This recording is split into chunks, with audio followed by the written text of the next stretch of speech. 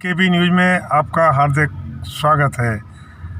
ग्राम पंचायत बचावली से प्रधान पद के उम्मीदवार विजय यादव से खास बातचीत।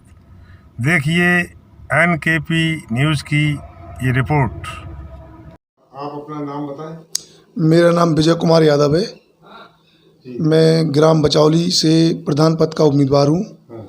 मैं अपनी माँ को लड़ा रहा हूँ, क्योंकि महिला सीट थी, इसलिए मेरी माताजी चुनाव लड़ रही हैं। तो अगर इसे प्रधान पद आपके पास आता है तो क्या प्राथमिकताएं होंगी? सबसे पहली प्राथमिकता है हमारी ग्राम पंचायत की जितनी भी सारी बेटियां हैं, चाहे वो किसी भी जाति की हो, किसी वर्ग से हो, गरीब की हो, अमीर की हो, उनको अच्छी से अच्छी शिक्षा देने का हमारा मुख्य उद्देश्य है। जिसकी पढ़ाई का खर्च मैं ग्राम पंचायत नहीं, मैं अपनी ओर से दूंगा। उनकी 5 वर्ष तक उनकी फीस, मैं क्रेशर मालिक हूँ, बिजनेसमैन हूँ, तो मैं अपने बिजनेस से निकाल के अपनी प्रॉपर्टी का कुछ हिस्सा इन बेटियों की शिक्षा के लिए अपने पैसा खर्च करूँगा। बहुत बहुत अच्छा। दूसरी बात, गांव में जैसे आपका सीसी मतलब जो नालियाँ हैं वो हैं, ये गांव में जो गंदगी पड़ी है, तो इसके लिए क्या उपाय सोचा हो? इसके लिए अभी मैं प्रधान पद का उम्मीदवार हुआ हूँ, उससे पहले गांव की जो समस्या है, रोड की, नाली की, जहां लोग नहीं निकल पा रहे थे, पानी जमा हो रहा था एक जगह, तो चूँकि मैंने बताया भी आपको कि मैं क्रेशर व्यवसाय हूँ, तो सारी TNP मशीनरी और कंक्रीट वगैरह मेरे पास अवेलेबल है। तो मैंने अभी इतनी टेम्परेरी व्यवस्था करा दी है कि GSB डला दी है और JCB चलवा के पानी की निकास कर दिया है। और अगर मुझे जीत हासिल हुई तो मैं अपने गांव के लिए बेहतर से बेहतर जो सुविधाएं होंगी वो देने का काम करूंगा। एजुकेशन की क्या व्यवस्था है यहाँ? स्कूल है आपका?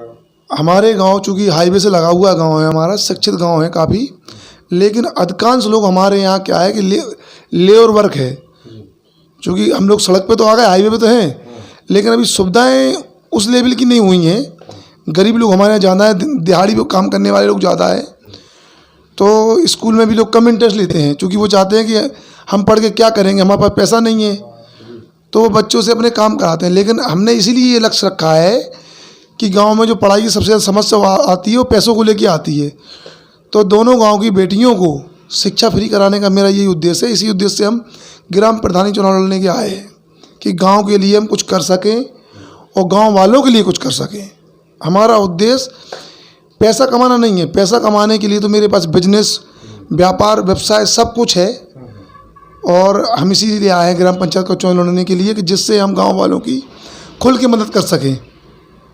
अच्छा, ये बताओ, गांव में और ऐसी कौन सी समस्या से जो बिल्कुल गरीब लोग हैं, जिनके पास पैसा नहीं है और आर्थिक स्थिति ठीक नहीं है, उनके लिए क्या सोचा आपने? उनके लिए जो कार्य करने लायक हैं, उनको कार्य नहीं है, तो उनको मैं अपने उद्योग में काम दूंगा, तो उससे उनको रोजी रोटी का सहारा मिलेगा। और जो बेसहारा लोग हैं, जो काम भी नहीं कर पा रहे, अधिक बुजुर्ग लोग हैं, उनको हर महीने कुछ ना कुछ मैं अपने रूप में दूंगा। 2000-4000 रुपये महीने जो होगा, मैं अपनी ओर से उनको मदद करता रहूँगा। उनको जीतने के बाद, ये प्रलोभन नहीं है, ये मेरा पक्का वादा है जनता से कि जो मैं कहूँगा वो करके दिखाऊंगा। इसका मतलब आप चुनाव के पहले भी मदद करते होंगे? हाँ, चुनाव के पहले भी हम 25 गाँव में 20 गाँव जो भी हमारे क्षेत्र के गाँव हैं, जहाँ मैं जाता रहता हूँ, तो जो लोग आते हैं मेरे पास, जो संभव मदद होती है मुझसे, मैं उन लोगों की करता हूँ। मतलब समाज सेवा करते हैं? समाज सेवा करता हूँ। तो आने के बाद वो जारी रहेगी, आ भी जाए? आने के बाद वो समाज सेवा जारी रहेगी और लोगों का प्यार स्नेह बराबर मुझे मिल रहा है। माताओं बहनों का भी खुल के आशीर्वाद मिल रहा है। जी, तो आपने बिल्कुल ठान लिया कि समाज की सेवा करना है किसी भी कीमत पर?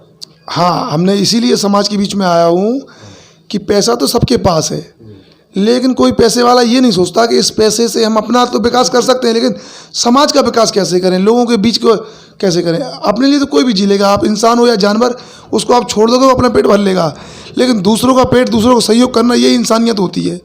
इसी मुद्दों को लेके हम अपने गांव में आए हुए हैं और गांव में लोगों के बीच में अपनी हम बात रख रहे हैं। अच्छा, तो जनता का समर्थन कैसा मिल रहा है आपको? इस हिसाब से जैसे आपकी सोच अच्छी है आपकी, तो जनता का क्या रुझान मिल रहा है? जहाँ तक गांव में मैं जाता हूँ तो सारे ही लोग कहते हैं कि बेटा तुम्हें तो चुनाव की कोई ज़रूरत नहीं है, तुम तो वैसे भी राजा हो। लेकिन मैंने कहा मैं राजा बनने नहीं आया हूँ, मैं आपका बेटा बनने आया हूँ। तो एक मैं ऐसा प्रत्याशी हूँ जो सब कुछ होते हुए मुझे किसी चीज़ की कोई आवश्यकता नहीं है। सब लोगों की दया से, सब लोगों के आशीर्वाद सब कुछ है, लेकिन मुझे लोगों की सेवा करना, लोगों के काम आना, ये मेरे लिए सबसे सौभाग्य। मुझे बहुत गुड फील होता है जब मैं लोगों के लिए मदद करता हूँ, लोगों के लिए कुछ करने की प्रेरणा रखता हूँ। जब आपकी ऐसी सोच है तो निश्चित ही आपको मौका मिलेगा। बात करने के लिए धन्यवाद।